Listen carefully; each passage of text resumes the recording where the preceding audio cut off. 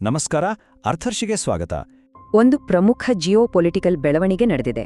ಇರಾನ್ನ supreme leader ಅಯತೋಲಾ Ali ಖಾಮೆನಿ US ಮತ್ತು Israel ಜಂಟಿ ದಾಳಿಯಲ್ಲಿ ಮೃತಪಟ್ಟಿದ್ದಾರೆ. ಇದರ ನೇರ ಪರಿಣಾಮ ನಿಫ್ಟಿ ಮತ್ತು ಸೆನ್ಸೆಕ್ಸ್ ಮೇಲೆ ಆಗಲಿದೆ. ಈ ಘಟನೆಯನ್ನು ಯುಎಸ್ ಪ್ರೆಸಿಡೆಂಟ್ ಡೊನಾಲ್ಡ್ ಟ್ರಂಪ್ ತಮ್ಮ ಅಧಿಕೃತ ಹೇಳಿಕೆಯ ಮೂಲಕ ದೃಢಪಡಿಸಿದ್ದಾರೆ. ಇದೊಂದು ಜಂಟಿ ಮಿಲಿಟರಿ ಕಾರ್ಯಾಚರಣೆ. ಇದನ್ನು ಯುನೈಟೆಡ್ ಸ್ಟೇಟ್ಸ್ ಮತ್ತು ಇಸ್ರೇಲ್ ಒಟ್ಟಾಗಿ ನಡೆಸಿವೆ. ಇದರ ಪ್ರಮುಖ ವಿವರಗಳನ್ನ ನೋಡೋಣ. ಘಟನೆಗಳ ಅನುಕ್ರಮ ಹೀಗಿದೆ. ಫೆಬ್ರವರಿ 28 ಅರ್ಲಿ ಮಾರ್ನಿಂಗ್ ಯುಎಸ್ ಇಸ್ರಾಯೇಲಿ ವೈಮಾನಿಕ ದಾಳಿಗಳು ಆರಂಭವಾದವು. ನಂತರ ಸ್ಯಾಟಲೈಟ್ ಚಿತ್ರಗಳು ತೆಹರಾನ್ನಲ್ಲಿರುವ ಖಮೈನಿ ಅವರ ಕಾಂಪೌಂಡ್ಗೆ ಹಾನಿಯಾಗಿರುವುದನ್ನು ಖಚಿತಪಡಿಸಿದವು. ಮಧ್ಯಾಹ್ನದ ಹೊತ್ತಿಗೆ ಯುಎಸ್ ಪ್ರೆಸಿಡೆಂಟ್ ಡೊನಾಲ್ಡ್ ಟ್ರಂಪ್ ಸಾಮಾಜಿಕ ಮಾಧ್ಯಮದ ಮೂಲಕ ಸಾವನ್ನು ದೃಢಪಡಿಸಿದರು. ಅಂತಿಮವಾಗಿ ಮಾರ್ಚ್ 1ರಂದು ಇರಾನ್ನ ಸರ್ಕಾರಿ ಮಾಧ್ಯಮವು ಸುಪ್ರೀಂ ಲೀಡರ್ ಸಾವನ್ನ ಅಧಿಕೃತವಾಗಿ ಘೋಷಿಸಿತು. ಈ ಘಟನೆಯ ಮೊದಲ ಮತ್ತು ಅತ್ಯಂತ ನಿರ್ಣಾಯಕ ಪರಿಣಾಮ ಕಚ್ಚಾ ತೈಲದ ಮೇಲೆ ಆಗಲಿದೆ. ಇದು ನೇರವಾಗಿ ಸ್ಟ್ರೇಟ್ ಆಫ್ ಹರ್ಮೂಜ್ ಮೇಲೆ ಎಲ್ಲರ ಗಮನವನ್ನ ಕೇಂದ್ರೀಕರಿಸುತ್ತದೆ. ಹಾಗಿದ್ರೆ ಏನಿದು ಸ್ಟ್ರೇಟ್ ಆಫ್ ಹಾರ್ಮೂಜ್? ಇದರ ಆಯಕಟ್ಟಿನ ಪ್ರಾಮುಖ್ಯತೆ ಏನು? ಇದು ಪರ್ಷಿಯನ್ ಗಲ್ಫ್ ಅನ್ನು ಮುಕ್ತ ಸಮುದ್ರದೊಂದಿಗೆ ಸಂಪರ್ಕಿಸುವ ಜಗತ್ತಿನ ಅತ್ಯಂತ ಪ್ರಮುಖ ಕಡಲ ತೈಲ ಮಾರ್ಗವಾಗಿದೆ.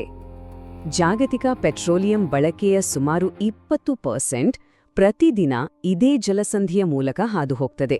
ಇದರ ಅರ್ಥ ಜಾಗತಿಕ ತೈಲ ಪೂರೈಕೆ ಈಗ ದೊಡ್ಡ ಅಪಾಯದಲ್ಲಿದೆ. ಇದರ ಪರಿಣಾಮ ತಕ್ಷಣವೇ ಜಾಗತಿಕ ತೈಲ ಬೆಲೆಗಳಲ್ಲಿ ಕಾಣಿಸಿದೆ. ದಾಳಿಗಿಂತ ಮೊದಲು ಪ್ರತಿ ಬ್ಯಾರೆಲ್ಗೆ $73 ಇದ್ದ ಬ್ರೆಂಟ್ ಕ್ರೂಡ್ ಬೆಲೆ ಈಗ $80 ದಾಟುವ ನಿರೀಕ್ಷೆ ಇದೆ. ಸರಿ, ಈ ಗ್ಲೋಬಲ್ ಆಯಿಲ್ ಶಾಕ್ ನಮ್ಮ ಭಾರತೀಯ ಆರ್ಥಿಕತೆಯ ಮೇಲೆ ಹೇಗೆ ನೇರವಾಗಿ ಪರಿಣಾಮ ಬೀರುತ್ತೆ ಅಂತ ನೋಡೋಣ.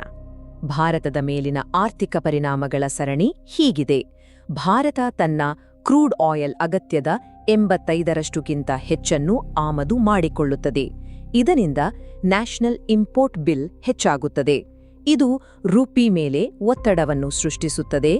ದುರ್ಬಲ ರೂಪಿ ಮತ್ತು ದುಬಾರಿ ತೈಲ ದೇಶೀಯ ಇನ್ಫ್ಲೇಷನ್ ಅನ್ನು ಹೆಚ್ಚಿಸುತ್ತದೆ. ಈಗ ಭಾರತೀಯ ಮಾರುಕಟ್ಟೆಯ ನಿರ್ದಿಷ್ಟ ವಲಯಗಳು ಮತ್ತು ಷೇರುಗಳ ಮೇಲೆ ಆಗುವ ನೇರ ಪರಿಣಾಮವನ್ನು ವಿಶ್ಲೇಷಿಸೋಣ. ಕ್ರೂಡ್ ಆಯಿಲ್ ಮೇಲೆ ಹೆಚ್ಚು ಅವಲಂಬಿತವಾಗಿರುವ ನಕಾರಾತ್ಮಕ ಪರಿಣಾಮ ಎದುರಿಸುವ ವಲಯಗಳು ಏವಿಯೇಷನ್ ವಲಯದಲ್ಲಿ ಎಟಿಎಫ್ ಬೆಲೆ ಏರಿಕೆಯಿಂದ ಇಂಡಿಗೋನಂತಹ ಕಂಪನಿಗಳಿಗೆ ಹೊಡೆತ ಬೀಳಲಿದೆ. ಪೇಂಟ್ಸ್ ವಲಯದಲ್ಲಿ ಏಷ್ಯನ್ ಪೇಂಟ್ಸ್ನಂತಹ ಕಂಪನಿಗಳಿಗೆ ಕ್ರೂಡ್ ಆಯಿಲ್ ಉತ್ಪನ್ನಗಳು ಪ್ರಮುಖ ಕಚ್ಚಾ ವಸ್ತು. ಇದು ಒಟ್ಟು ವೆಚ್ಚದ 30-35% ಆಗಿದೆ. ಒಎಂಸಿಸ್ ಅಂದ್ರೆ HPCL, BPCL ಮತ್ತು IOCL ಬೆಲೆ ಏರಿಕೆಯನ್ನು ತಡೆಹಿಡಿದ್ರೆ ಮಾರ್ಜಿನ್ ಒತ್ತಡಕ್ಕೆ ಒಳಗಾಗುತ್ತವೆ. ಹಾಗಾದ್ರೆ ಈ ಬಿಕ್ಕಟ್ಟಿನಿಂದ ಯಾವ ವಲಯಗಳು ಲಾಭ ಪಡೆಯಬಹುದು? ಮೊದಲನೆಯದಾಗಿ ಅಪ್ಸ್ಟ್ರೀಮ್ ಆಯಿಲ್ ಪ್ರೊಡ್ಯೂಸರ್ಸ್, ONGC ಮತ್ತು ಆಯಿಲ್ ಇಂಡಿಯಾನಂತಹ ಕಂಪನಿಗಳು ಕ್ರೂಡ್ ಆಯಿಲ್ ಬೆಲೆ ಏರಿಕೆಯಿಂದ ನೇರ ಲಾಭ ಗಳಿಸುತ್ತವೆ. ಎರಡನೆಯದಾಗಿ ಗೋಲ್ಡ್ ಮತ್ತು ಸಿಲ್ವರ್ ಫಿನಾನ್ಸಿಯರ್ಸ್. ಜಿಯೋಪೊಲಿಟಿಕಲ್ ಉದ್ವಿಗ್ನತೆ ಹೆಚ್ಚಾದಾಗ ಚಿನ್ನದಂತಹ ಸೇಫ್ ಹೇವೆನ್ ಆಸೆಟ್ಗಳ ಮೇಲೆ ಹೂಡಿಕೆ ಹೆಚ್ಚಾಗ್ತದೆ. ಇದರಿಂದ ಮುಥೂಟ್ ಫೈನಾನ್ಸ್ ಮತ್ತು ಮನಾಪುರಂನಂತಹ ಕಂಪನಿಗಳಿಗೆ ಅನುಕೂಲ. ಈ ಅನಿಶ್ಚಿತತೆಯನ್ನು ಎದುರಿಸಲು ಹೂಡಿಕೆದಾರರಿಗೆ ಒಂದು ಸ್ಪಷ್ಟವಾದ ಕಾರ್ಯತಂತ್ರದ ಯೋಜನೆ ಅಗತ್ಯ. ಹೂಡಿಕೆದಾರರು ಗಮನಿಸಬೇಕಾದ ಪ್ರಮುಖ ಡೇಟಾ ಪಾಯಿಂಟ್ FII ಮತ್ತು DII ಫಂಡ್ ಫ್ಲೋ.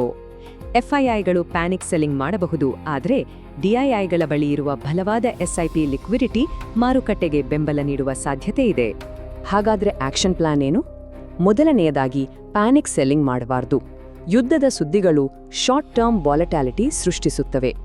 ಎರಡನೆಯದಾಗಿ ಫಂಡಮೆಂಟಲಿ ಬಲಿಷ್ಠವಾಗಿರುವ ಕಂಪನಿಗಳಲ್ಲಿನ ಹೂಡಿಕೆಯನ್ನು ಉಳಿಸಿಕೊಳ್ಳಬೇಕು. ಮೂರನೆಯದಾಗಿ ಕ್ಯಾಶ್ ಸಿದ್ಧವಾಗಿಟ್ಟುಕೊಳ್ಳುವುದು ಉತ್ತಮ.